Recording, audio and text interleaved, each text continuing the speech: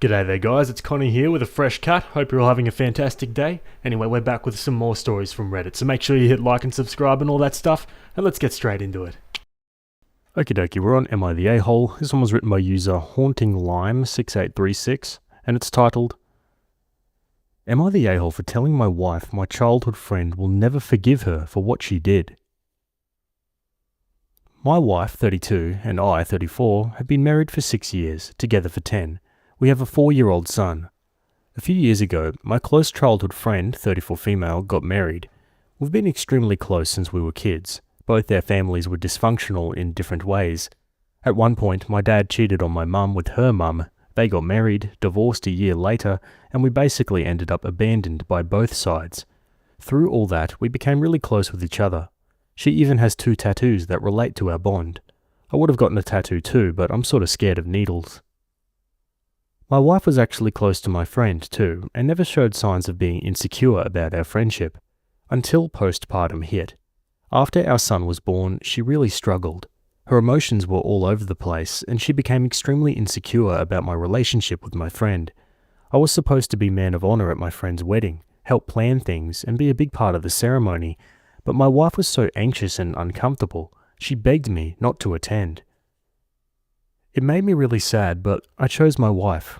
I told my friend I couldn't go and told her why. She was really hurt by it. Not angry, just really sad, but said she understood. A couple months later, my wife fully recovered and apologized, both to me and to my friend. I forgave her. My friend, however, didn't. When my wife reached out to my friend to apologize, my friend was polite but direct. She said she never wanted to speak to her again. She didn't yell or make a scene, she just drew a boundary. Honestly, I get it. It was a once-in-a-lifetime day, and she'd leaned on me for years, and I bailed. I still feel guilty about it. My friend and I still talk regularly. Nothing inappropriate, we're just close, always have been. Recently, my wife asked if there was any chance my friend would forgive her. I told her the truth. No, that ship sailed. My wife got sort of quiet and looked sad and hasn't brought it up again, but I wonder if I was too blunt. Am I the a-hole for not giving my wife hope and just telling her forgiveness probably isn't happening? I mean, I don't think he's wrong for being honest if that's the question he's asking, but some sort of communication has broken down over this whole wedding thing. Let's see what the comments think. Asking out of genuine curiosity, how is this going to work? Is your bestie going to skip all life milestones and celebrations on your end? Or is it expected that she will be there and your wife is uncomfortable? Is it safe to assume your bestie isn't involved in your child's life? I'm just trying to fully understand the situation. Opie replies, Surprisingly, it doesn't actually change too much. We've always had our own little way of celebrating milestones, just the two of us. Like for birthdays, promotions, or any personal wins, we usually do something simple but meaningful, like grabbing dinner at our favourite spot, exchanging gifts, or just spending a few hours catching up. That's always been our tradition, even before we had other people in our lives. Obviously, the bigger get-togethers with all 4 of us, me, my wife, her and her husband, won't be happening anymore, but those weren't really the core of our friendship. She's not involved in my child's life, and I'm not looking to be involved in her future kid's life either. We actually agreed a while back that keeping our friendship separate from family stuff was the healthiest way to go. Too many complications otherwise. And yeah, my wife and her used to hang out occasionally, but that part of things has naturally ended now. Everyone is congratulating you for choosing your wife, but I don't see it that way. It seems you technically did choose her, but you were too honest with your friend. Yes, too honest is a real thing. She didn't need to know the ins and outs of your wife's mental health crisis, but you shared that with your friend to make the excuse of picking my wife. You turned the situation into a friend versus wife scenario, and the whole time it was really a wife versus her own mental health situation. As the father of a newborn, or a baby who is a few months old, you could have made excuses for not attending the wedding without sharing the insecurity aspect of your wife's struggles. The friend didn't need to know that information if you were truly picking your wife. It would have been harder, but the fact that you're allowing your friend to maintain no contact with the wife while y'all hang out and do whatever is shady to me. Your wife and you should be a package deal. If you were really picking her, that would be the case. Sure, your wife drove the decision, and sure, you technically picked correctly, but since then, you have abandoned your wife with her guilt over an incident that happened when she was out of her mind. You aren't working to help resolve the conflict or smooth things over. You're letting your wife know she shouldn't even expect your best friend to treat her better because she's so awful to have needed you during her PPD. That's trash behavior, and I truly hope you recognize that, and instead of just letting your friends treat your wife like she doesn't exist, set your own boundaries and say, "Look, I know it wasn't ideal, but I needed to be with my family, and they aren't going anywhere, so if you continue to blame and ostracize my wife, which, hey, you can totally do, that's your choice, just know I can't allow someone who can't hold sympathy for my life partner to be my best friend." That title is important and means things, and one of those things is not being a jerkwad to my wife. After all, if you can forgive me for supporting her during that time, why can't you forgive her for this? Regardless of how you handle this going forward, if your best friend and your wife are no contact, eventually you'll have to pick a side again, and it seems like you haven't picked wife's side in a hot while. You're the a-hole. Your wife's mental health episodes after birth should not be held over her head for the rest of her life. Sure, it was massively inconvenient, but these episodes never happen at convenient times. I'm happy she got better and owned up to it. That is more of a positive than you will ever know. There is something that's bothering me though. Let me ask you this. If your wife had cancer and the same type of emotional responses happened, would you still think your friend should cut her off?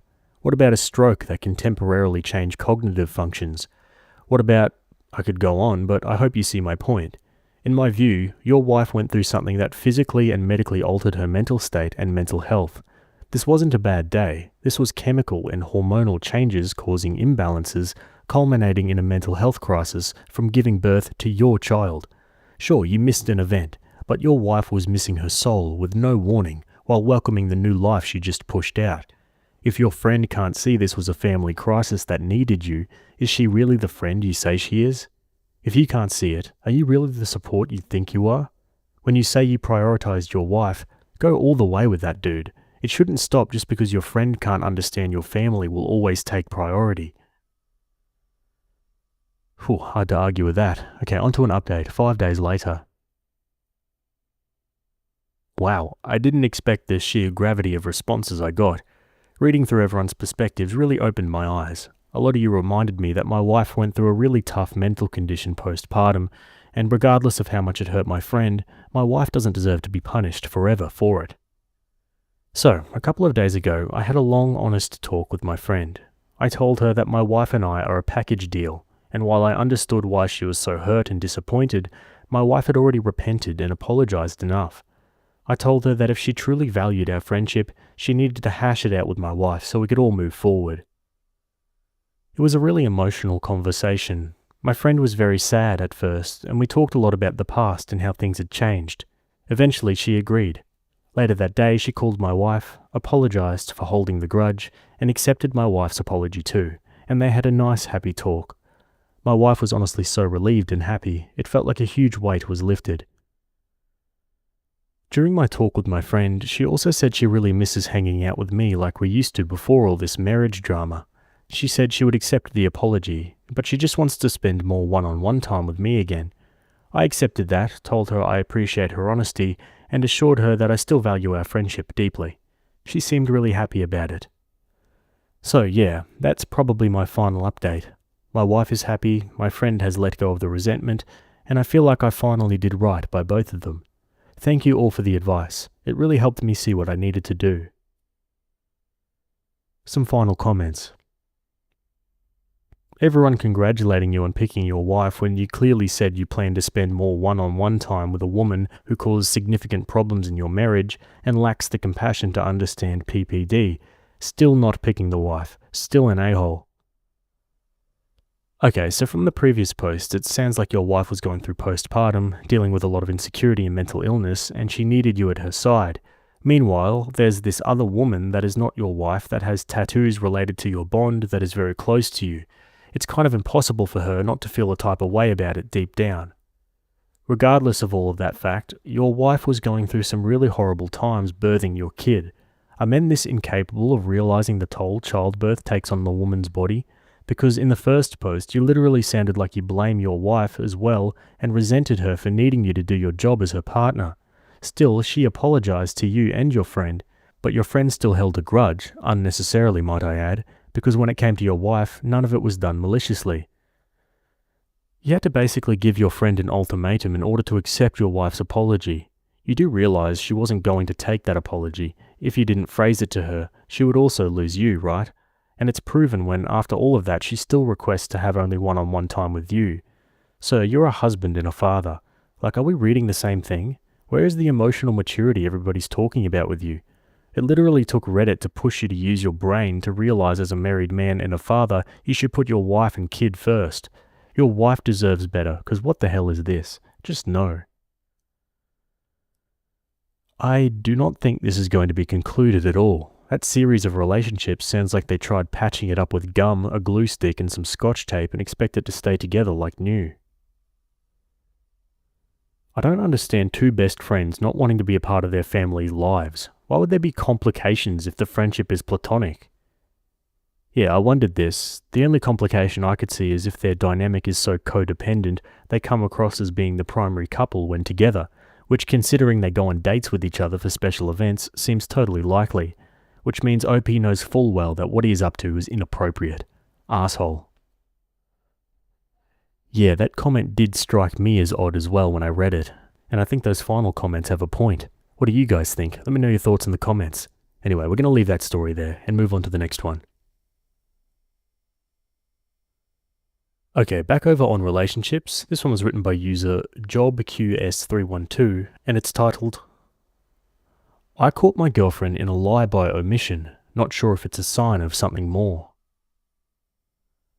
I've been with my girlfriend for just over 2 years now. We've both been through a lot, changes in careers, a couple of moves, each on our own, and now we're finally in a good spot. She just moved into her brand new home, and I have a nice new condo. We're talking about moving into one and renting the other, although lately that conversation has cooled off.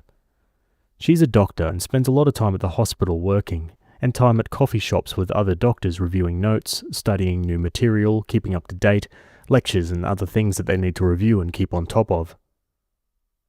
There has always been one who has struck me the wrong way, another male doctor who is 36 who she studies with. He is fit, tall, single, and from what I can tell, attractive. We'll call him Tom. My girlfriend has always been open with when they meet. He has asked her out on a date on several occasions, including just this weekend. She's always told me about that and even showed me the messages if I asked. My ex of 8 years cheated on me for months, so I do have some demons to face and she understands. I'm pretty good at keeping it in check, but Dr. Tom has me on my guard, as this is the way it started with my ex. Well, she has enrolled in a dodgeball league on Monday nights, starting tomorrow, as I still go to class and she needs something to do. She hasn't said much about it other than she was planning on going alone and making some new friends. She said that weeks ago. This is where it changes.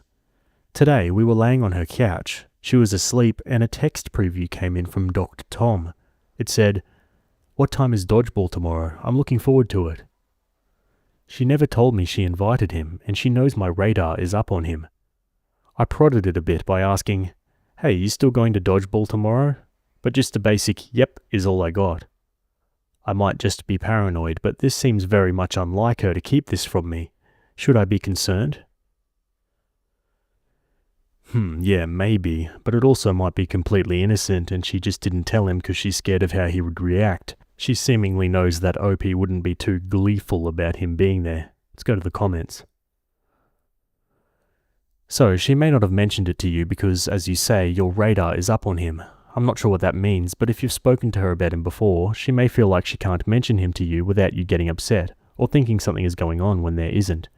Alternately, there could be something going on. The fact that he's asked her out on a date on several occasions is troubling. Does he not know she's married, or does he just not care? Either way, she should care, and she should have put the kibosh on him asking her out a long time ago. If he kept doing it afterward, that should bother her too, because he doesn't respect her boundaries or her relationship. Ultimately though, it's dodgeball. Maybe she heard about it from him, and that's why he's involved. Or maybe she doesn't see it as a big deal because there's a ton of other people involved. You need to ask her what's going on directly, instead of trying to hint her into telling you. He replies, "Correct, although they do work at the same hospital, he actually works full-time at another clinic and only on call at this one. As far as I know, they've only worked together a couple of times in the past year. Most of their communication happens when they meet to study, sometimes in groups, but often just one-on-one at a local coffee shop. I don't believe there's too much crossover for them in the workplace, and if there was, she would tell me about harassment. From what I can tell, the attention he has given her hasn't been necessarily unwelcomed by her. She can't choose her interactions with Tom at work, but she can definitely choose her interactions with him outside of work. She knows your radar is up, but she might feel that she didn't want to upset or worry you, which is why she made that omission. Have a talk to her about your concerns and let her know. I don't think you're coming off as jealous doing that. Ask her to put her in your shoes. If it was you doing an activity outside of work with a girl that has put the moves on you a few times, how would that make her feel? I don't think it's fair for her to spend time with someone who doesn't respect the relationship she's in, like asking her out on a date when he knows she's in a relationship. Even if they genuinely just get along well and are good work friends, she still needs to know how you feel, and you would like her to be open about it. She needs to know that you feel that he's crossed the line with her, and she needs to address it with him. She might also be liking his attention for some reason, but she needs to hear from you that that attention is detrimental to your relationship with her. It's not that she can't have friends, but she can't choose to spend more time with someone who is giving her inappropriate attention and hiding it from you. She needs to set the boundaries as respect to you and the relationship that you are both in. When Opie replies, "Thanks, this is a good summary of what other posters had put together. She hasn't set any boundaries with him, and instead of no, she always gives him an excuse. I know she thinks he's a good guy, but she hasn't given him defined boundaries as far as I know. We just had an evening phone call and I casually asked about him constantly asking her out, as we just talked about him the other day, and she said that she understands and will tell him to go fly a kite, but again, she didn't bring up the dodgeball at all. My insecure mentality wants to just show up to dodgeball tomorrow dressed to play and see if they're there and show up together. My sane mind says to leave it alone and trust that she'll make the right decision." Okay, on to an update, 3 days later. We talked. I told her about what I found and how I felt about Dr. Tom. It was a tough conversation. She wasn't happy that I saw anything on her phone, but that wasn't the issue that brought it all down. She felt that after 2 years that the trust should be concrete and that it shouldn't have been an issue. She showed me everything her and Dr. Tom had ever talked about and that they were just colleagues. We talked a lot over the past few days, and tonight she came over when I got off work and said that she just couldn't be with me until I could learn to trust 100% again. Even though it was my demon, and I know I needed to work on it, she didn't want to be in the way of me becoming a better me. I need to work on myself, and that she just can't do us anymore. She cried, she brought my house keys back, and told me that no matter what, she'll always be here. She cried some more, then she left. Kind of a strange reaction from her at the end there. Like, I totally understand the trust thing, but I feel like this was pretty reasonable, no? Even after 2 years. Let's go to some final comments. While it is possible she was put off by your insecurities, something is not sitting right. The fact that you had voiced your concerns about this Tom guy and she still decided to be sneaky is just shady. He has disrespected your relationship by trying to date her, and she has decided to hang out with him outside of work. You're better off without her. It's not a new relationship. You communicated with her, but she decided to keep secrets, even though she knew it could hurt you and raise red flags. Shame on her for making it seem like your insecurities are to blame. He replies, "I know, my friend kind of told me the same thing. She pushed the breakup on me for my problems, but instead didn't really acknowledge anything else."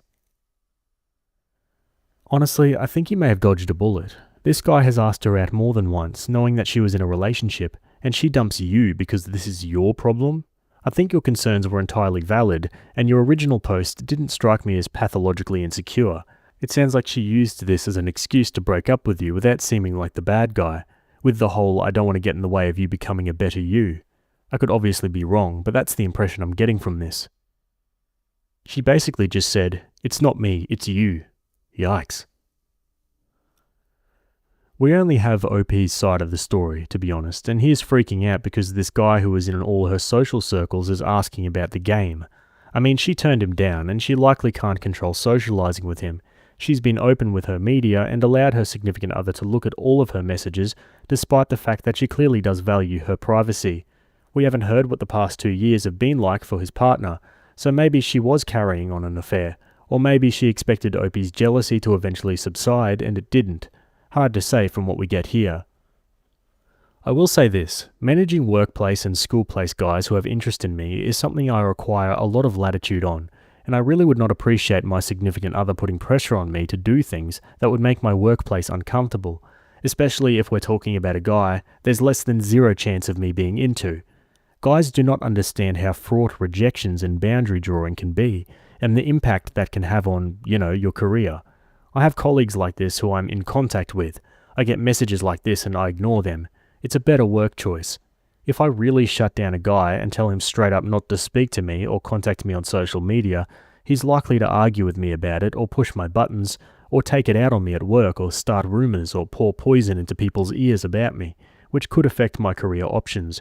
In a way, a guy who thinks he has a theoretical shot at you but is constrained by the fact that you have a partner is easier to deal with than a guy who has no such illusions. I realise this makes me sound calculating, and I am, but I've also never cheated. Opie explains why the Dr. Tom incident is different from having male friends. Yes, of course. Believe it or not, I haven't had any jealous or controlling issues with her. She has a lot of male friends who I've never worried about. I've never accused her of anything before Tom came into our lives. We actually had things really good for a long time. It was my past she was bothered with, as I had a very active 20s, whereas she was in med school and really only dated very casually. I've never had a reason to question her before Dr. Tom, and I know you probably won't believe it, but her behaviour when they started talking was different, and my radar went off. Dr. Tom, however, came out of nowhere a couple of months ago. I never even thought about it until she told me the first time he asked her out. Then I started to get anti-trusting, which was my fault. As he continued to do so, I continued to push, which again was my fault. Finally, I did what I shouldn't have, and that was the end of it. If she ends up with Dr. Tom, I'll feel crappy, but at least I'll know I was right. If she doesn't, I messed up big time. Yeah, he might think that, but I don't think Opie messed up here. I'm kind of in the camp that there probably was something a little bit shady going on, but I could be wrong. What do you guys think? Let me know in the comments below. Otherwise, that's it for that story, and that's it from me today. Hope you enjoyed those ones. Thanks for making it to the end, and I'll see you all in the next video. Have a good day. Cheers.